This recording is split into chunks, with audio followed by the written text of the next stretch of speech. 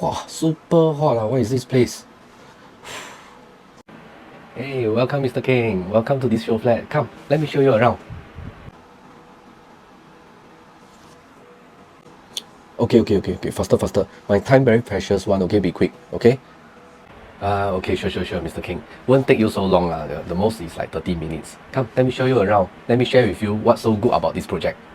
A few moments later. Okay, Mr. King, if there's no question, how about we go to the tentage and discuss more about the unit and the prices? Come, let's go.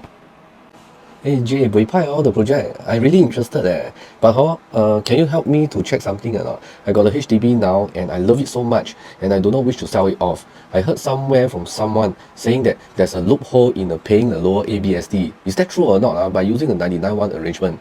They told me that I can get one family members to help me to purchase first, then shortly get him or her to sell it off for 1% to me, so I can avoid paying a higher ABSD. Is it true or not? Can you share with me or not? I think you just tell me. Actually, I'm very confused. I really don't know what to do. Please share with me. I totally understand your concerns, but do me a favor. If someone advises you to buy a second property by using a loophole to avoid paying the stamp duties, right? Please just walk away. Come, let me share with you more. So Mr. King, just to share a little bit more on the latest news, the IRAS has recently launched an audit of the private property purchases involving a 99-1 sales contract that could be used to dodge paying the ABSD, which is the additional buyer's stamp duty. So letters are being sent to some first-time buyers of the private real estate, asking them to explain why they sold just 1% of the same property to a relative barely a week after exercising the purchase option. So IRAS takes a stern view of any arrangement for the purpose of reducing or avoiding the tax. This includes the scenario where buyers purchase properties under a contract or artificial arrangement in order to purchase or avoid the ABSD they have to pay. So ultimately, investing in another property requires a much higher outlay, and you should plan your cash flow well so that it does not eat into your retirement plans. So as home buyers, right, we have to exercise prudence and not to over leverage by buying properties that they cannot afford. So do your sums carefully before you pick up a property. So to give you a clearer picture, let me sketch something out and hopefully you will understand after watching it. So in the recent news, IRAS has actually been going after the buyers who avoided taxes with a 99-1 arrangement. When this got out, there was a huge panic among some buyers, especially those who had avoided ABSD through decoupling. While the two sound familiar, they aren't referring to the same thing. The loophole that IRAS is chasing down occurs when you buy a property and then transfer another 1% of the property to another buyer who already owns a property. The ABSD payable will then apply to just 1%. So here goes a simple sketch. Hopefully you all will understand what I'm trying to say. I actually split into half. Okay, one is the positive one is the negative one. So basically the blue one, this part is the correct way to do it okay, and the other one is the wrong way to do it, which will lead to the IRAS audit. Alright, so let's start here. Okay, so example, buyer A and buyer B. Alright, both of them, they purchase a home. Okay, and after that they split themselves into the 199% example for buyer A and 1% for buyer B.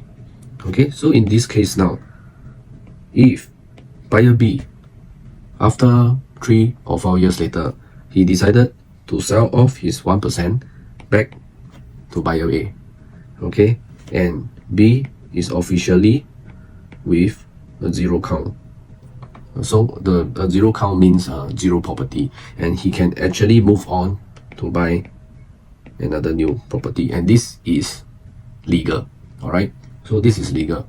Okay, now let's take a look at the so-called the illegal part. Okay, so the illegal part is let's say today I have a property and I do not wish to pay the 17% ABSD, and I look for my relatives or maybe one of my family members which do not have any property on hands now, and ask them to purchase a flat for me now. Alright, so let's say for buyer A, okay, who do not have any property. Okay, he go and purchase a home, at 100%. Okay, and a week later,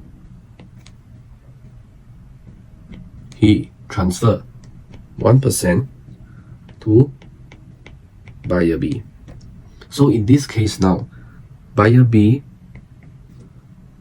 only needs to pay 1% of the 17% of the purchase price. And this is totally wrong. Okay, and this will actually lead the IRAs to do an audit on this person. Okay, on this group of buyers. So yeah, so hopefully this simple sketch will help you all to better understand what is the right, what is the wrong. All right, thank you. So I hope I have shared enough today. So for the buyers or the investors out there, if you are still having doubts on such arrangement, please check with your lawyer first before making any decision. So I've come to the end of my sharing. If you are also like Mr. King confused about this 99-1 arrangement, just drop me a text and I will respond to you as soon as possible. See you. Bye.